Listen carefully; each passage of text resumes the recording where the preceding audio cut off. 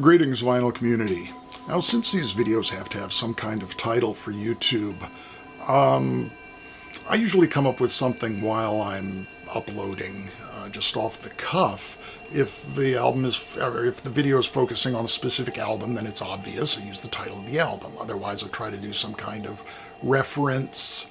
In this case, I actually have come up with the title in advance because this one is going to be called Impulse Purchases, and it's a pun, and you're going to laugh a lot because it's really funny. So I'll pause so you can laugh a lot now, and now I'll get on with the video because this is going to focus on the Impulse label, a lot of new acquisitions that happen to be on the wonderful Impulse label, starting with a couple items from the 70s, the two albums that were done for Impulse by Dewey Redman. And when I first started listening to jazz, one of the first albums I ever bought in the jazz vein was on Impulse. It was Ornette Coleman's Crisis, with Dewey Redman as the other saxophone player besides Ornette himself.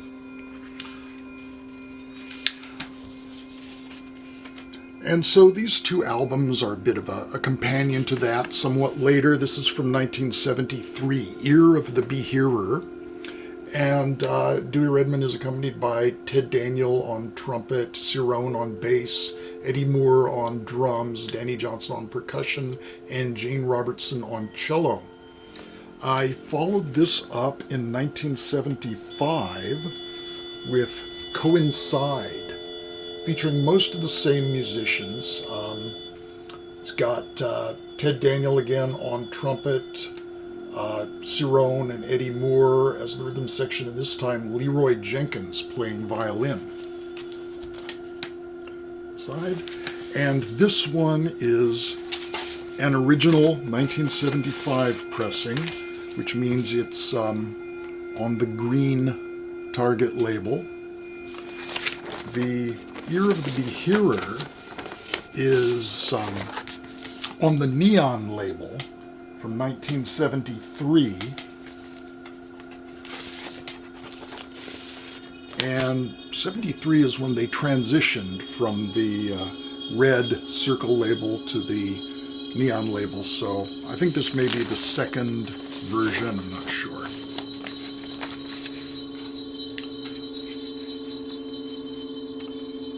Next on Impulse, nice shiny cover. This is from earlier era, Yusef Lateef, The Golden Flute. This is not all flute music. He does play, I think, mostly tenor sax, a lot of flute also, and oboe on one track. The focus of this album is music that reminds him of the 40s. So he does some old songs, Nat King Cole's Straighten Up and Fly Right,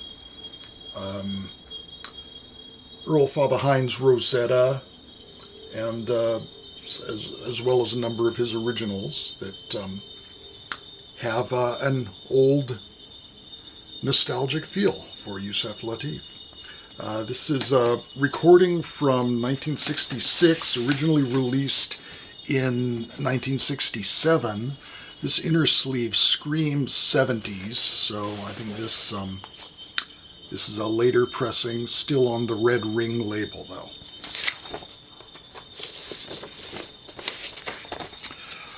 There was another Yusef Lateef album that I was really trying to get on eBay recently. There's a seller who had a lot of great jazz albums, including a Yusef Lateef on Prestige that I was after.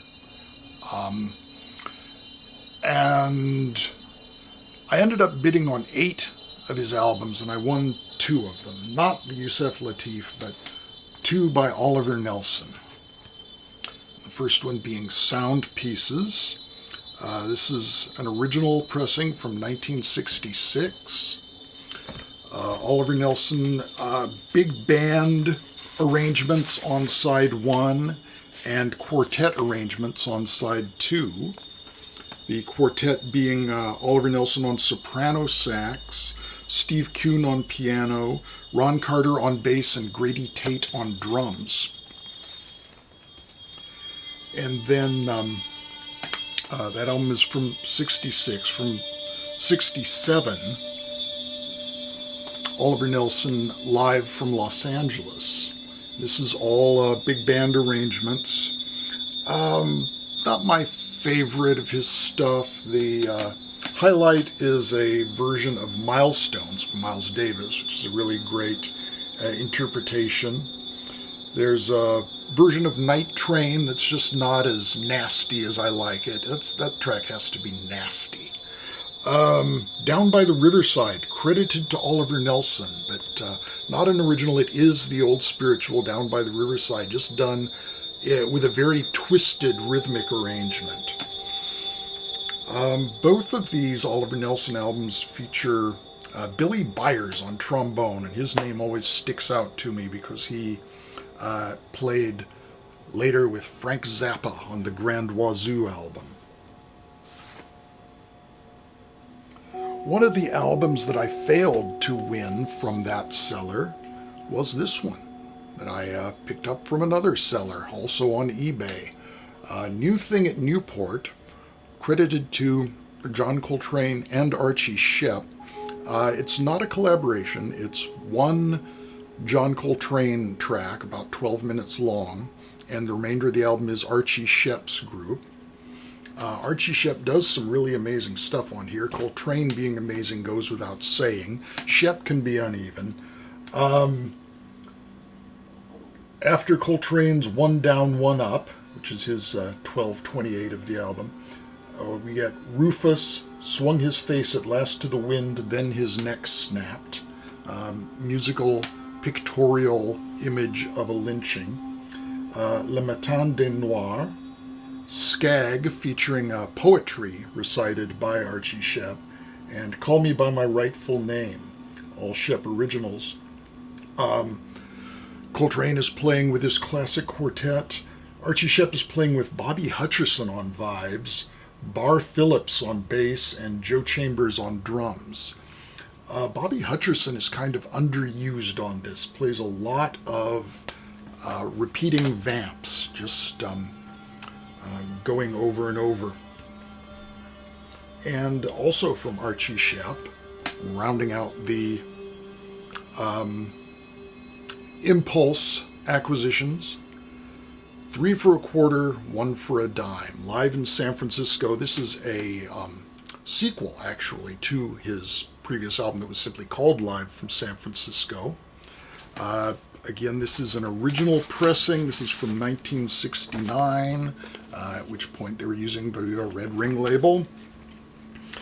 And it's essentially one piece divided into the two halves, 3 for a quarter and 1 for a dime, featuring Roswell Rudd on trombone. Shepp just blazes throughout. It takes a while before he gets to the point where Roswell Rudd gets to take over, and Archie Shepp at that point moves over to piano from the tenor. Beaver Harris on drums, Donald Garrett on bass, and Louis Worrell on bass. Now, Impulse isn't the only great jazz label, of course. There's that Blue Note label that some people seem to be somewhat interested in. And this is an album that I was surprised to find. I realized that I didn't have in my collection, even on CD. I thought I had a CD of this, but this is Juju by Wayne Shorter. And this is a 1965 recording on which Wayne Shorter is accompanied by members of John Coltrane's band. Of course, McCoy Tyner and Elvin Jones from the classic quartet. And on bass is Reggie Workman, who was in the band before Jim Garrison joined and solidified what we know as the classic quartet. And classic Wayne Shorter, all original compositions on this one.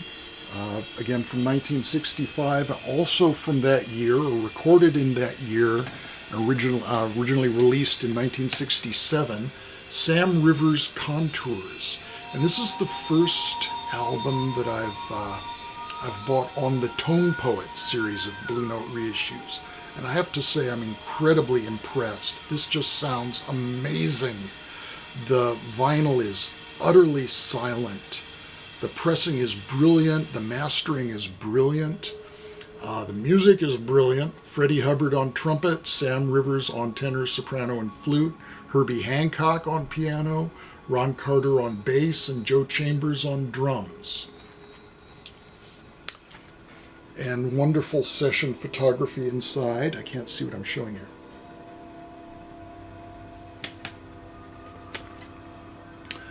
So I'll definitely be looking out for more of the Tone Poet series as they come out. And yet another of the very top jazz labels is Prestige. And I just received the Eric Dolphy album In Europe, Volume 2. So I still need to get Volumes 1 and 3. You might ask, well, why did you start with 2? Why didn't you start with 1? Volume 2 is of particular interest because it contains the track Laura, which is missing from this album of Eric Dolphy, or this box set of the complete Prestige recordings. There was an error on the first pressing where the track that was supposed to be Laura was replaced by a repeat of a different track that also appears elsewhere on these recordings, the In Europe recordings. These are recordings made in 1961 in Copenhagen with local Danish musicians backing up Eric Dolphy. Bent Axon on piano, and if you've ever had a bent Axon, you know how painful that can be. Eric Moseholm on bass, and Jorn Elnif on drums. This was, as I said, recorded in 61, released in 1965, a year after Eric Dolphy's passing. And being that he's backed up with more traditionally oriented musicians, this is not as out as some of Eric Dolphy's recordings, but he definitely plays like a very inspired Eric Dolphy. And also on the Prestige label, Shirley Scott, wonderful organist. Scotty Plays the Duke. This is wonderful. I love this album. It's just the trio of Shirley Scott with George Duvivier on bass and Arthur Edgehill on drums. All Duke Ellington compositions. Caravan, Just Squeeze In, Sea Jam Blues, Prelude to a Kiss, In a Sentimental Mood, In a Mellow Tone, I Got It Bad, and Just a Sittin' and a Rockin'. And Shirley Scott plays a bit of piano on this. She plays piano and organ at the same time. And I wondered, I think it must be done by overdubbing. I thought maybe they would be recording live with her doing one hand on each keyboard, but it sounds like she's doing two-handed stuff. So, getting pretty modern for the late 50s. And her performances are just so much fun. I love the energy on these, the feel. And I see that there is another album where she does Duke Ellington compositions, so I'll be on the lookout for that. Okay, moving on from the world of jazz to the world of folk and rock. Pentangle, Cruel Sister. This is the fourth Pentangle album, and their only album to consist entirely of songs from the British folk tradition. Only 5 songs.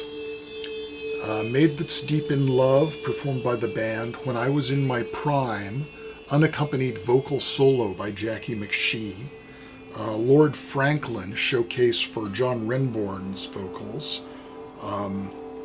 Cruel Sister, performed by the entire band, the title track, and a side-long version of Jack Orion.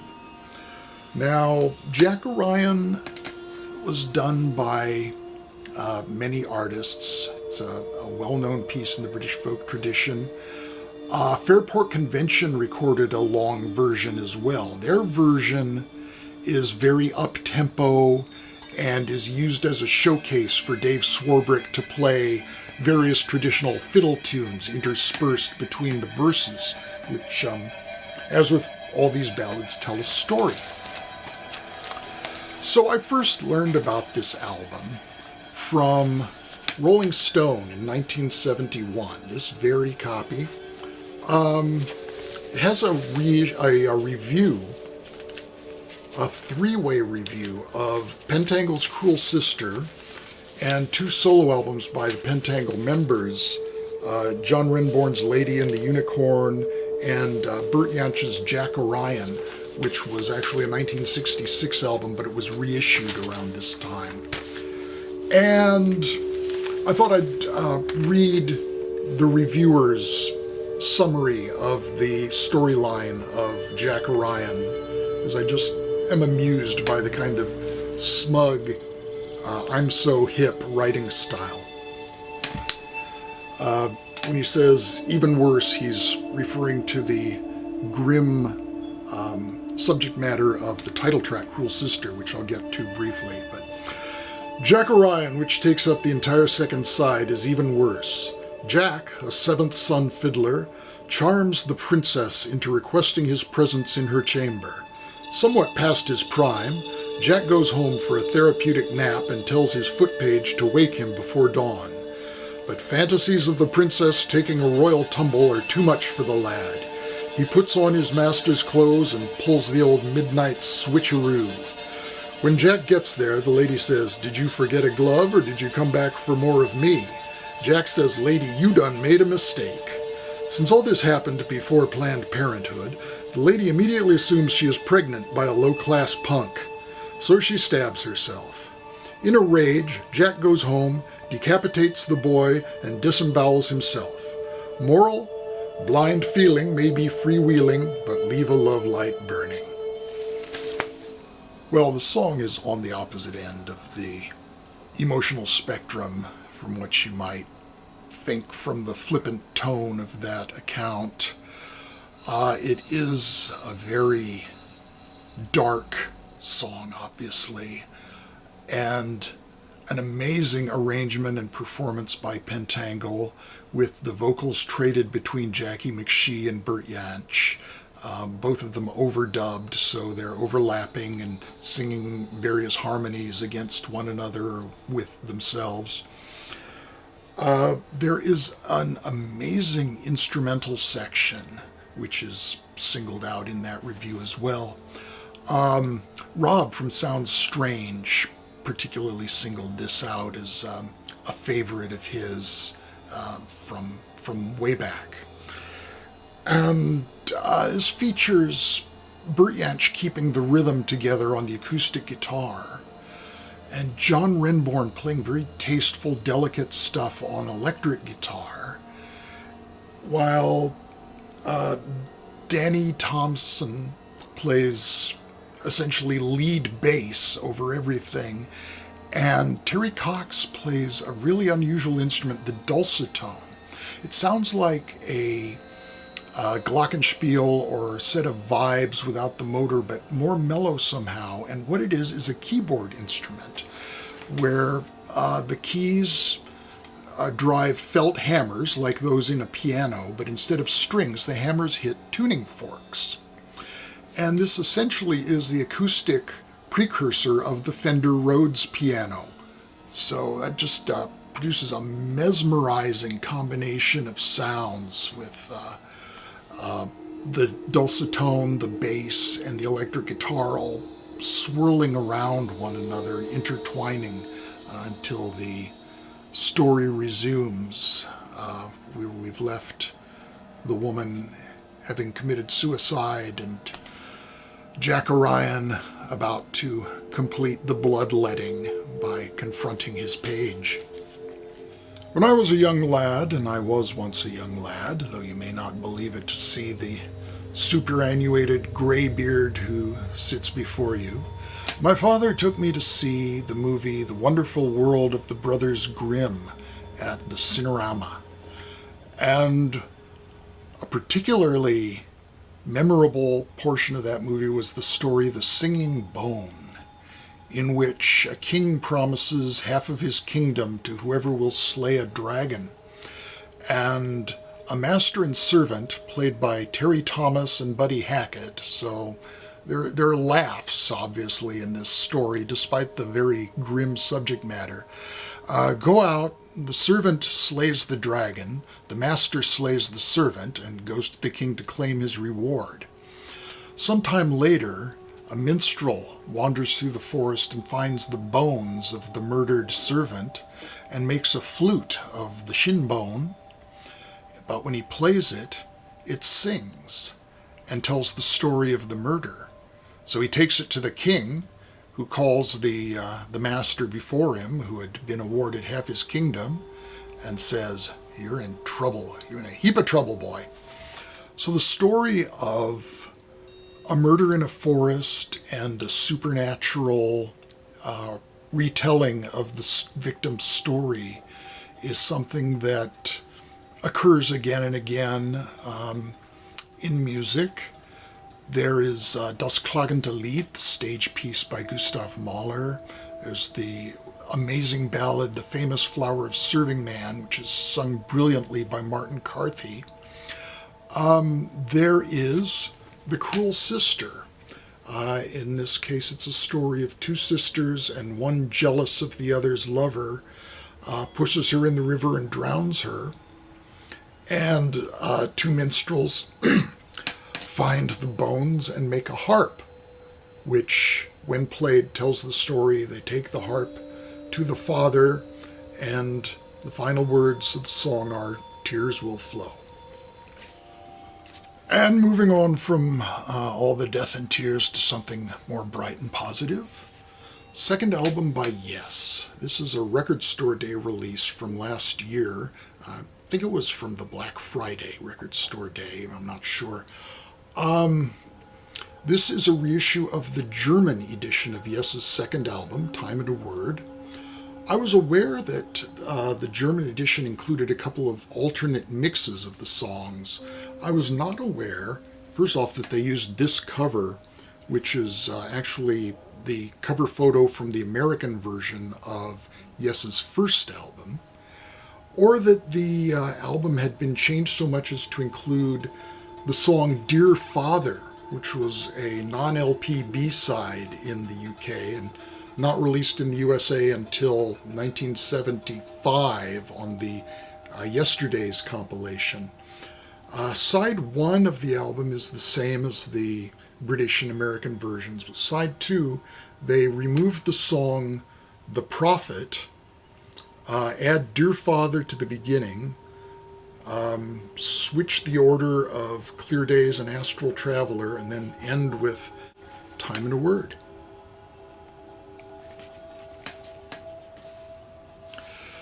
And that's it. Thank you very much for watching. Be well. Talk with you again soon. Bye-bye for now.